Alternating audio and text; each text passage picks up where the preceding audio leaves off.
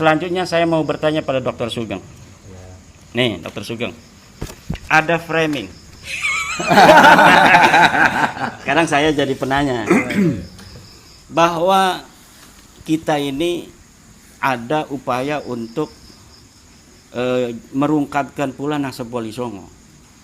Bagaimana kata saya nggak mikir ke otak saya. Bagaimana keturunan Wali Songo ada katanya upaya merungkapkan nasab Wali Songo. Dengan apa? Dengan tes DNA. Lah tes DNA ini begini, kan keturunan Wali Songo itu banyak. Bukan hanya mereka yang hari ini seperti Kang Mas Yai Fuad yang luar biasa 3 tahun ini membahas nasab Alawi. Banyak juga yang belum ada. Nah, ada kan yang sekarang sudah beberapa tes DNA. Semuanya yang sudah tes DNA beberapa orang itu. Nah, Wali Songo ini kan banyak. Bukan hanya yang 9 itu, bahkan yang dimaksud oleh Wali Songo dalam perspektif perjuangan Wali Songo Indonesia, Laskar Sabilillah, adalah penyebar agama Islam. Baik dia Wali Songo yang dikenal, yang 9 maupun bukan. Dia dari Aceh, dia dari Kalimantan, dia dari Sulawesi, dia dari Maluku. Kalau dia penyebar Islam, itu masuk dalam definisi Wali Songo itu. Itu maksud kami di dalam PWILS itu. Nah, bagaimana ada sebuah proposisi bahwa kita yang memperjuangkan Wali Songo kemudian dianggap ingin merungkapkan dan membatalkan nasib Wali Songo hanya karena ada tes DNA beberapa keturunan Wali Songo yang saya mengatakan dengan tegas, kalau misalnya tes DNA-nya berarti bukan keturunan garis laki Rasulullah kan. Nah, tapi kan mungkin garis perempuan mah ada. Apa betul begitu? Apa tidak ada sama sekali kemungkinan kalau sudah itu ada darah ke Rasulullah SAW. Demikian, Pak Dokter. Assalamualaikum warahmatullahi wabarakatuh. Waalaikumsalam. Pakai salam juga. Kalau tentang Wali Songo atau rungkat, kita itu tidak pernah merungkatkan nasab. Nasab itu nggak bisa dirungkatkan, tapi diluruskan jalurnya. Karena secara biologi namanya kromosom yaitu tidak berekombinasi. Jadi identik antara kita dengan ayah dengan ayahnya terus ke atas. Cuma dalam 3 atau 4 generasi selalu ditandai oleh Allah. Makanya kalau hitungannya seperti misalnya ketemu Raja Jordan ya, Bani Qatada dengan Bani Kohanim, itu kalau angkanya sampai 5.700 itu belum tentu Nabi Ibrahim. Tapi kakek buyutnya Nabi Ibrahim bisa, karena 3-4 generasi toh. Nah begitu. Nah jadi dalam kasus Wali Songo itu kan orangnya nggak satu. Banyak. 25-an kalau nggak salah dari sekian generasi itu. Nggak semua O. Ada yang O, ada yang J2, ada yang R. Berarti kan dari Wali Songo itu mungkin ada yang O, ada yang J2, ada yang R toh. Kalau begitu. Karena nggak satu orang. Beda kalau satu orang Ubaidillah gitu ya harus satu semua. Nah ini Wali Songo banyak ya. Tapi banyak. Pertanyaan gini, dokter, mohon maaf, saya motong. Apa ada kemungkinan pengaruh pengaruh lingkungan itu bisa merubah haplo? Enggak. Atau mutasinya gitu? Enggak. Karena gini, kenapa saya bertanya seperti ini? Karena tadi Syekh Mazen Al-Jilani itu kan kakek buyutnya asli Madura, Kiai Mutahari itu. Gurunya Syekhona Holil itu namanya Kiai Masudul Azim. Itu gurunya Syekhona Holil, makamnya di sana. Itu leluhurnya Syekh Mazen. Tapi sejak zaman kakek buyutnya, beliau itu hijrah ke Mekah, turun-temurun. Sampai Syekh Mazen pun dan kedua anaknya itu lahir di sana dan menjadi warga negara sana. Nah, hasil tes DNA-nya itu J1. Syekh Mazen itu. Nah, kemudian ada saudara dari Syekh Mazen ini, yang bukan saudara kandung ya, masih saudara satu buyut lah gitu. Itu memang dari mulai dulunya di Madura gitu kan, di Madura. Hasil tes DNA-nya padahal ini kan tidak mungkin. Kenapa? Sama laki-laki. Yang kita bicarakan laki-laki ini, Jai. Jadi supaya ini kenapa ini J, kenapa ini O gitu ya. Nah, karena kan ini kakeknya bersama nih. Kakek buyutnya bersama nih. Gitu. Cuman ini jalurnya ke sini, jalurnya ke sini. Nah, cuman Yang satu itu mulai sejak kakeknya tinggal di Mekah, turun temurun sampai dia sendiri pun lahir di Mekah, sampai menikah dengan orang Mekah, punya anak 2 lahir di Mekah juga, J1. Sementara saudara sepupunya yang satu garis bapak dengan dia ke kakeknya itu O. Di Indonesia. Hidupnya di Indonesia gitu. Nah, itu bagaimana? Saya pikir gini, karena ada teman-teman tuh yang bilang begini ya. Mungkin ada pengaruh lingkungan, pengaruh makanan gitu, pengaruh cuaca gitu kan. Kenapa punya pemikiran gitu, Kiai? Iya. Karena gini, Kiai, kan ada penjelasan sejarah tuh ya. Semua ini kita kan dari Nabi Nuh kan. Nabi Nuh punya anak 3. Nah, kemudian ada yang menetap di Afrika, ada yang ke Eropa, ada yang ke Asia, sehingga mereka itu mengikuti kultur ininya, lingkungannya gitu loh. Warna kulitnya dan fisiknya semuanya gitu ya. Ya, mutasi itu nggak bisa secepat itu. Iya. Nah, tapi kalau garis laki-laki, mutasinya itu bisa ditambahkan, tapi tidak mengubah moyangnya. Dari J jadi O nggak mungkin, karena perbedaan mutasinya itu hampir berapa ya? Sekitar 325. Kalau satu aja nilainya, satu ya, itu 114 tahun kalikan berapa? Kali 300-an. 300-an. Nah, enggak mungkin. Ya itu masalah keluarga beliau lah. Ada yang J1, ada O itu. Satu lagi, ini kan sempat viral di awal-awal tes DNA. Non Alek, Genggong Raksan. Nah, itu kan hasil tes DNA-nya kan J1. Bener J1. Iya. Kan itu sempat diviralkan di awal-awal. Kalau gini, kalau saya jujur aja, sepanjang saya belum lihat hasil tesnya saya nggak percaya. Iya, makanya kan ini saya bertanya gitu kan. Ini kan sudah viral, di videonya ada itu, disampaikan pun oleh Ketum Naat gitu kan, waktu itu bersama dengan Non Alek dan juga Ketua LP3SN ya, Kiai Hanan Al Ihsani itu, bahwasanya Non Alek ini haplogrupnya J1, tapi mutasinya itu dari FGC. FGC itu nama perusahaan, jadi Full Genome Corporation, Nah, saya nggak bukan ngerti kode itu. Dia menjelaskannya di video itu, mutasi genetiknya itu berangkatnya itu dari FGC, nyambungnya nanti ke J1. Jadi induknya J1. Enggak, Mas, Gitu. Sugeng harus menjawab dengan tegas. Gini, kalau O itu dan J1 itu kakek bersamanya, yang mungkin Nabi Nuh justru ya, karena haplogrup yang punya 3 cabang itu IJK. IJK itu sekitar 38.000 tahun yang lalu lah. Itu G udah misah. Makanya kita dengan Nabi Muhammad itu lebih dekat daripada Balawi dengan Nabi Muhammad. Oh gitu. Iya. Berarti mereka harus cium tangan kita ya, benar kata. Haplogrup O itu lebih dekat dengan Nabi Muhammad daripada Haplogrup G.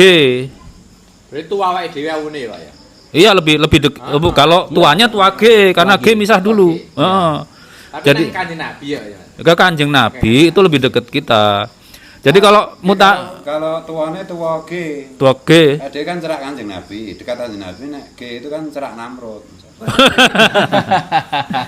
jadi gini, kalau mutasi kita bahas itu mutasinya di apa? Nggih. Kita kan kalau nasab itu berarti nasab lurus loh ya. Iya. Itu cuma ada 2. Garis kakek lurus, jadi kakek terus harus laki-laki terus, atau garis nenek lurus. Nenek, jangan ada ketukar laki-lakinya. Yang kakek juga jangan ada ketukar perempuannya, itu lurus. Memang ada percepatan mutasi, tapi 7.000 tahun yang lalu kira-kira. Makanya dalam hitungan matematika ya, sebelum 7.000 tahun yang lalu kita boleh pakai laju mutasi evolusi. Tapi setelahnya kita pakai range. Yang paling pendek itu mutasi genealogi namanya, yang paling panjang itu mutasi evolusi. Makanya kalau dalam kasus Nabi Ibrahim, laju mutasi evolusinya itu sekitar 5.700, tapi genealoginya 4.600. Makanya pakai range itu udah cocok dengan hasil muktamar NU, lebih baik dipakai nolak itu. Iya. Kalau di atas range ya ditolak, kakek bersamanya di atas range. Iya. Nah, kalau mutasi makanan tuh nggak bakalan ngubah sampai 300 mutasi, paling banter ya 1. Iya. Kalau kecepatan jadi kanker namanya. Kanker itu mutasi yang sangat banyak. Oh. Jadi tumor.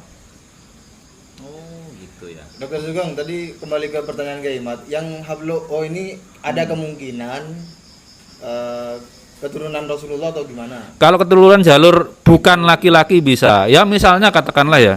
Aku enggak contoh aku ya. Jenengan enggak ada yang punya darah Arab lah yang tes DNA. Aku kurang Arab ya. Belum ada Arabnya ya.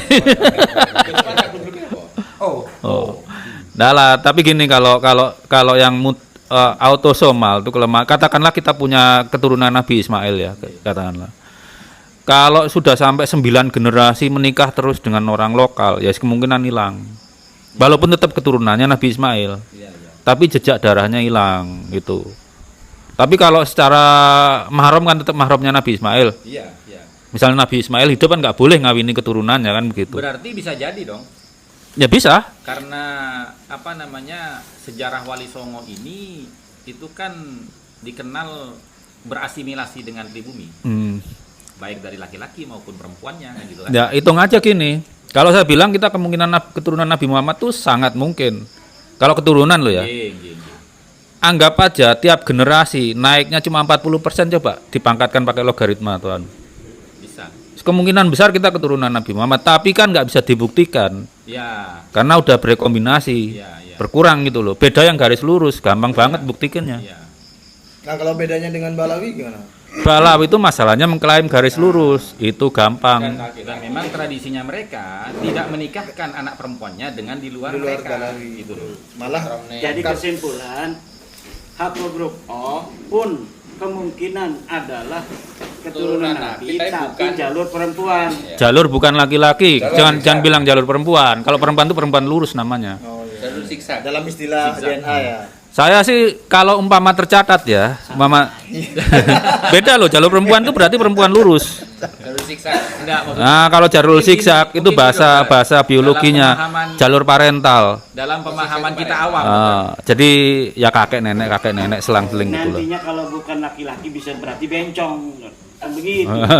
Kalau garis perempuan gimana bedanya dengan garis laki-laki? Kalau anu kan Kalau garis perempuan tuh saya ke ibu ke nenek, enggak, maksudnya ke nenek. Kalau garis laki-laki kan menghasilkan grup C1 O. Sama, mitokondrial DNA juga sama, tapi jumlahnya lebih sedikit karena kalau mutasi di mitokondrial DNA itu antar mutasi itu bisa ribuan tahun. Enggak, contoh misalnya saya garis paternalnya laki-laki kan haplogrupnya O. Jadi bisa jadi menteri, jadi presiden macam-macam kan. Kalau gimana nanti harus dites dulu kan. Kalau garis perempuan saya itu haplogrupnya apa? Saya lupa kalau nggak salah Indonesia Jangan-jangan maju satu saya.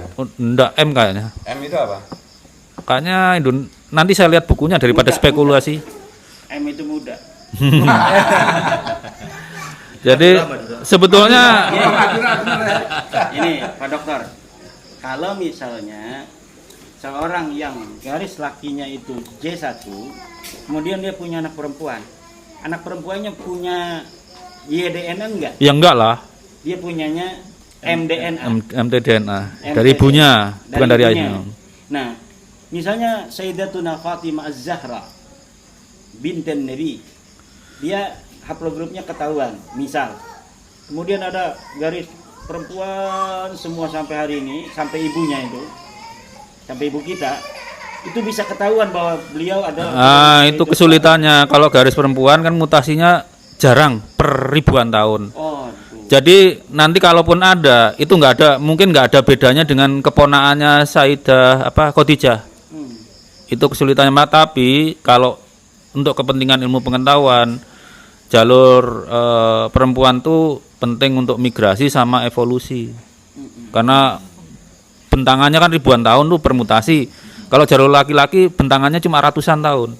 Oh, lebih lama ibu. Iya, karena ukuran genomnya Mungkin kecil. itu juga yang jadi alasan ya, secara ilmiah gitu ya, saintifik gitu. Kenapa kok jalur nasab itu dalam kitab-kitab fikih itu dilarikan ke bapak gitu? Karena lebih cepat. Sebetulnya kalau yang garis lurus tuh malah perempuan. Yang lebih tahu makanya laki-laki yang Iya. ditaruh YDNA itu. Kalau catatan saya sih yang benar-benar garis lurus tuh perempuan. Yang paling panjang loh, tapi habis itu kan Munah Khadijah, terus Fatimah, terus Ummi Kulsum, terus Ruqayyah. Ruqayyah itu punya anak perempuan kalau nggak salah 4 atau 5. Habis itu hilang catatan. Andaikan itu tercatat tuh bagus banget jalur perempuan. Lurus bener kalau Nabi ke Hasan Husain kan putus di Fatimah kalau ada laki-laki. Kalau Ruqayyah perempuan semua. Perempuan sampai generasi kelima. Iya. Tapi habis itu nggak ada catatan. Takutnya yang anak cucunya Ruqayyah itu dibantai habis Abbasiyah. Kan suami keduanya Khalifah Umayyah. Iya. Nah ini balik nanti saya ngasih jadi ini ganti topik ya. Kiai, migrasi nenek moyang Balawi itu sekitar abad 11 Masehi itu berada di provinsi Saudi yang di atasnya Oman dan Yaman. Nggak tahu provinsi apa itu. Itu 1100 tahun yang lalu kira-kira. Dia baru sampai di Tarim 1300 tahun yang lalu. Itu masanya siapa itu? Kok 1300? 1000 tahun abad ke-13 Masehi. Masehi lo ya. 13 Masehi itu sekarang kan 700 tahun. iya baru 700 tahun yang lalu. Itu baru nyampe Tarim. Kalau abad 11 Masehi itu baru nyampe ya saya nggak tahu provinsi Saudi yang di atasnya Oman dan Yaman itu apa yang perbatasan Oman dan Yaman. Di situ mereka. Sebelumnya itu dari Levan. Levan itu ya Syria sekarang dulu. Turki. Bukan, Syria, Israel, Palestina, terus Irak yang dekat Syria. Kalau kita asumsikan Irak ya, yang itu kan Irak yang mepet-mepet, nggak tahu waktu itu zaman itu kan. Tapi yang paling tua dia di Turki ya, di Kaukasus itu. Iya Turki. Setelah Turki itu di Levan. Levan itu kan ya Syria, terus Sinai, Palestina, terus ya Irak yang mepet Syria. Oh ya, masuk Uni Emirat Arab ya. Sekarang masuk Saudi.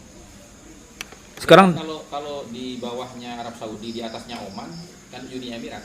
enggak, itu petanya masih ada Oman dan ada Oman dan Yaman kan perbatasannya. Itu pas di atasnya. Tapi begini, Dok. Seperti Balawi yang pindah dari Yaman ke Indonesia kemudian tidak bisa dibaca migrasinya ke Indonesia, bahkan hanya bisa ditemukan dia itu ada di Tarim kan. Begitu pula lah di tengah-tengah antara dari Levan sampai ke atas Saudi itu bisa jadi ada perpindahan ke luar daerah yang juga tidak bisa dibaca kan. Jadi tidak mesti apa yang bisa dibaca dari perjalanan G itu ada yang nggak kebaca, misalnya dia pindah ke India, tapi karena hanya 100 tahun nggak kebaca, kebacanya lurus dari Levan ke Begini, kenapa bisa ribuan tahun itu kebaca karena jumlah populasinya udah cukup besar. Kalau cuma 1-2 namanya co-migration, nggak bisa disimpulkan. Tapi kalau sudah itu kan G32613. Kemungkinan itu pelarian dari Yahudi Khaybar ke itu. ada teori baru ini. Oh, nggak tahu. Tapi ini yang ya ini terlalu rajin sebenarnya. Jadi gini, masalah siapa orang tuanya Balawi kan bukan kita yang harus membuktikan. Mereka loh. Iya. Karena kalau jalur ke buru-buru ke Nabi Muhammad, ke Nabi Ibrahim aja mustahil. Iya. Bukan kita yang membuktikan, mereka yang harus membuktikan. Kan mereka yang mengklaim. Iya. Berarti sementara ini teori Trisula ini disesuaikan dengan DNA ini agak kontradiktif ya. Bukan, terlalu rajin. Yang harus membuktikan kan Balawi siapa kakeknya. Makanya saya kan gini dokter, bukan terlalu rajin kalau menurut saya dokter. Sebenarnya gini, sebenarnya penelitian ini Terlalu cerdas. bukan Gus. Kalau seumpamanya orang itu mau melihat ya argumentasinya Kiai Imad yang mengatakan bahwasanya leluhur mereka di atasnya itu fiktif, justru penelitian ini membenarkan beliau. Ya kan? Karena ternyata benar Kiai Imad nih nggak kesana, kesini ternyata kan gitu. ini kan sebetulnya di tokoh Ahmad bin Isa tuh. Ahmad Al-Muhajir. Nah, iya. Makanya kesimpulan saya benar Ahmad Al-Muhajir itu Kan ada. Kiai Imad tadi kan bilang bahwasanya leluhur mereka itu masuk ke Yaman itu sekitar abad 78 loh. Cocok Ya kan? dengan migrasi yang disampaikan. Nah, sementara Gus ketika Salahuddin Al-Ayyubi di abad ke-6 itu menghancurkan Kesultanan Bani Fatimiyah di Mesir itu, mereka lari ke Yaman. Berangsur-angsur lari ke Yaman. Oh, kalau itu benar. Kan itu makanya- daerah sekitar Sinai situ, Lah, Levan itu. Lah, iya makanya. Wah, benar berarti. Iya. Tepuk tangan untuk trio Madura. Iya. Tentang masalah sumber sejaman, Guys. Ada toleransi itu terkait waktu, Guys. Kalau kita bicara misalnya Nabi Yusuf, itu memang sumbernya dari dinasti keempat. Karena apa? Seorang pangeran menemukan dokumen tentang raja yang mengatasi kekeringan dibantu petunjuk mimpi. Rajanya dari dinasti kedua, 2 dan 4 kan jauh tuh. Iya. Tapi itu kan 4.000 sampai 5.000 tahun yang lalu kita toleran kalau itu sumbernya sampai selisihnya cukup jauh. Lah kalau Ubaidillah ini kan sejaman dengan Raja Balitung itu yang punya sumber primer. Ada toleran, maksudnya gini Kiai. Iya. Raja Balitung aja ada gitu kan. Iya, Raja Balitung tuh ada sumber sejamannya. Apalagi Ubaidillah itu kan zaman setelah Khalifah Abbasiyah toh. Iya. Iya. Khalifah Abbasiyah itu udah kenal kertas loh. Nggak boleh sampai kita 200 tahun nggak bisa dong. Udah. Di zamannya Ubaidillah itu abad keempat. Itu kan lagi lagi maju-majunya itu. Iya, Pendidikan Islam di Timur Tengah itu. apalagi Khalifah Abbasiyah itu udah bisa meniru pembuatan kertas. Nggak masuk akal kalau nggak ada sumber primer. Sumber primer itu kan nggak harus kitab. Bisa aja prasasti atau apalah gitu. Kalau menurut saya kalau umurnya Ubaidillah kita nggak bisa kompromi kalau dia bener tokoh loh. Beda kalau dia cuma pengemis jalanan gitu ya lain. Kalau dia tokoh harus ada sumber primernya. Ya beda kalau zaman Nabi Yusuf, Nabi Ibrahim lain cerita. Dia ditulis sebagai mujtahid mutlak. Ya makanya harus ada sumber primernya. Kalau Nabi Musa itu sumber primernya kesulitan. Tapi kalau Nabi Sulaiman kan ada. Ada sumber primernya. Loh Nabi Sulaiman aja ada sumber primernya. Posisinya bukan sebagai nabi kalau sumber primernya Nabi Sulaiman, sebagai raja. Nabi ada sumber primernya sepedanya di Jeddah tuh. Ada sepedanya Nabi. Ini nanti di framing ini. Makanya kalau seumuran Ubaidillah itu jangan ditoleransi sumber sekundernya. Kalau sekian generasi setelah dia itu kan sumber sekunder ya, nggak bisa dibilang primer. Oke kalau Nabi Yusuf, Nabi Musa sumber sekundernya mungkin oke. Tapi kalau seumuran Ubaidillah, lawang Raja Sanjaya aja yang lebih tua itu ada sumber primernya. Itu kita pakai standar bangsa kita loh. Mereka kan pendatang. Ya pakai standar bangsa kita. Kedatangan Islam di Aceh itu abad kedua Hijriah sudah ada sumber primernya. Makanya. Namanya kitab Al-Khalifah. Sekarang Wali Songo, ya. Wali Songo itu sumber primernya itu dari kalangan internal ada keturunannya, dari sumber luarnya ada. Catatan Tommy Pires itu. Hah? Kan di Madura itu ada manuskrip yang ditulis oleh Kanjeng Sunan Dalem bin Kanjeng Sunan Giri. Nah itu kan masih bin Sunan Giri. Iya. Yang dari luar siapa? Catatan Tommy Pires kan? Tommy Pires. Ya. Ada itu. 1500. Iya. 13. Kalau Ubaidillah? Tidak ada. Karya sastra itu berarti kan? Sang Oh Kuryang. iya, Mataram Induki luwih tua daripada Ubaidillah. Iya. Kali aku Loh, Berarti wali ya ini? lah Kudungga. Iya. Ora Kudu- mikir tekan kono maksudnya. gitu. Kudungga itu abad keempat lebih tua daripada Rasulullah.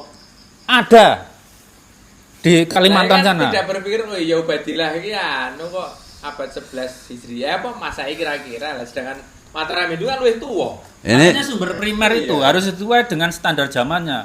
Kalau kita toleransi sekian ratus tahun seperti zaman awal-awal kerajaan di Timur Tengah, itu masih masuk akal karena kemungkinan buktinya udah lenyap toh. Tapi kalau setelah zamannya Nabi Isa ke sini, ya itu harus ada dong. itu Mas Menaker Mali kan udah keras seperti Mas Sugeng itu. Sumber primer itu wajib ada kalau dalam kasus Ubaidillah karena belum lama kejadiannya.